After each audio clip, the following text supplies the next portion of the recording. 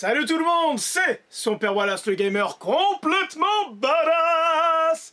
Et on se retrouve aujourd'hui pour un nouvel épisode de NMDS consacré à la mort au cinéma. Et plus précisément, à la pire mort du cinéma.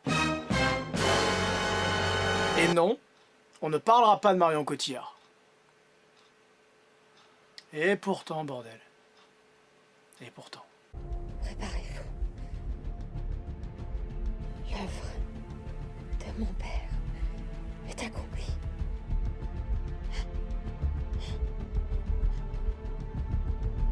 Alors vous le savez, je ne vous apprends absolument rien, la mort au cinéma est quelque chose de très important. Que l'on parle du décès d'un héros comme le T-800 alias Arnold Schwarzenegger dans Terminator 2, que l'on parle de celle d'un antagoniste comme Hans Gruber alias le très regretté Alan Rickman, ou même d'un personnage secondaire, les scènes de mort ne peuvent pas être ratées. Elles doivent être très bien filmées, chargées d'émotions, et rester gravées dans nos mémoires comme un moment clé du film, c'est primordial. Attention, la mort peut également être tournée en dérision, comme la fin du légendaire Jack Beauregard, alias Henry Fonda, dans Mon nom est personne.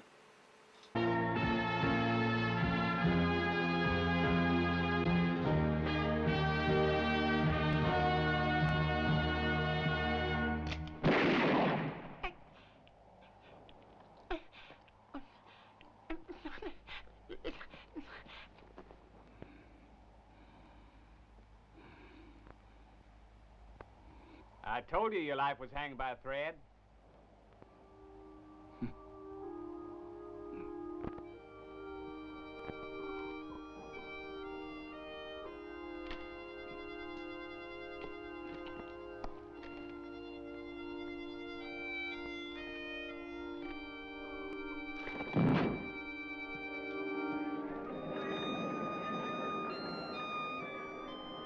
Et même si, pour reprendre la mort d'Henry Fonda, elle est très scénarisée et justement tournée en dérision, elle reste magnifique pour plein de raisons. Notamment par le jeu d'acteur d'Henry Fonda, déjà, par la charge émotionnelle du regard et de la fin d'un héros mythique, même si elle est simulée, et par la musique. Ça reste une scène qui restera gravée dans votre mémoire, quoi qu'il arrive. Et personnellement, c'est un de mes films préférés. Vraiment. Parce que Terence Hill, bordel de merde. Alors vous aurez compris mon propos, la mort au cinéma est quelque chose de capital, parce qu'elle nous renvoie vers notre propre acceptation de notre mort, ou de la mort en général. C'est un moment clé, c'est une véritable catharsis. Une catharsis, une purification des passions, ou une purgation émotionnelle. Ou le contraire.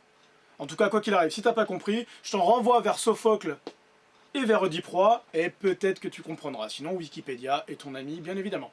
Mais aujourd'hui, point de décès sublimé, point de mort magnifié, on se retrouve avec la pire scène de mort de tous les temps. Putain, il est vraiment à chier cet effet en fait. Mesdames et messieurs, je vais vous présenter maintenant celle qui est considérée comme étant la pire scène de tous les temps au cinéma. Place à Karate Sikis. Karate Sikis.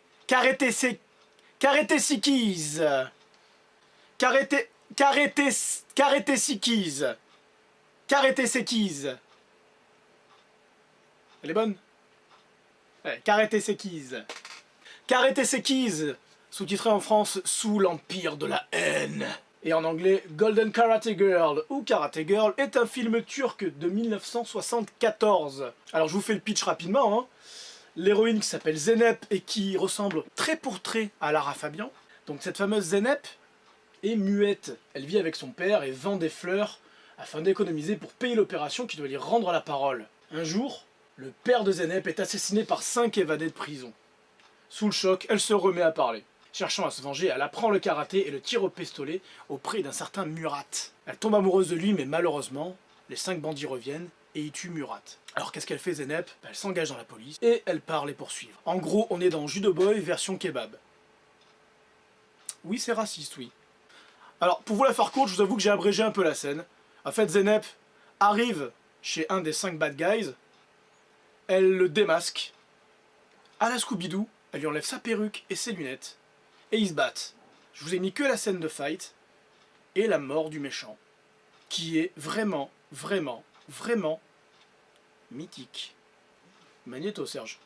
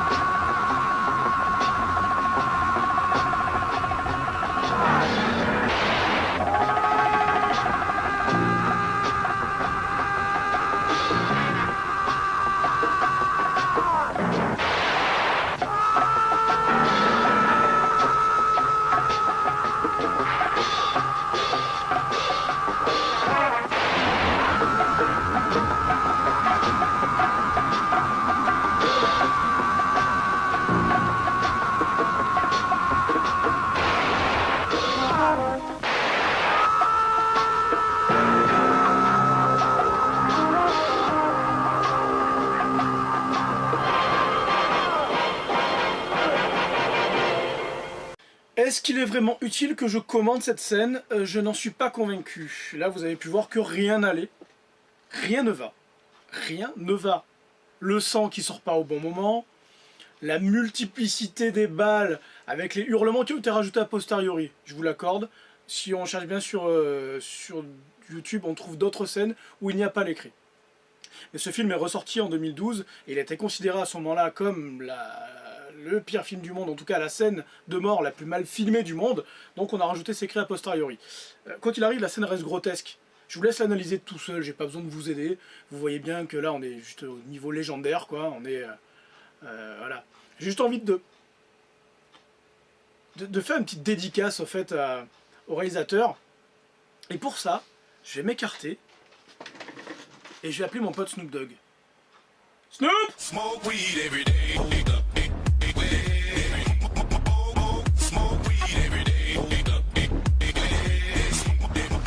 Voilà, ce LMDS touche à sa fin. Je sais que j'ai mis beaucoup de temps à revenir. Vous inquiétez pas, je vais être un peu plus régulier. Je sais que je l'ai dit 1 milliard de fois, mais ce coup-ci c'est la bonne. Retrouvez-moi sur Twitter, sur Facebook, sur Twitch, mais pas très souvent malheureusement. Sur Instagram, un peu partout bien sûr. Sur YouTube, hein, enfin partout, vous le savez. Partagez cette vidéo au maximum, il faut qu'elle soit vue un maximum de fois, donc n'hésitez pas à la partager. Ça permettra d'en faire d'autres. Et surtout, continuez de vous éclater, continuez de faire n'importe quoi, la vie est trop courte. Je vous fais des gros bisous, et je vous dis à très vite sur la chaîne de son père Wallace, le gamer, complètement badass. Petite dédicace à Marion Cotillard. Bouillard! Smoke weed every day.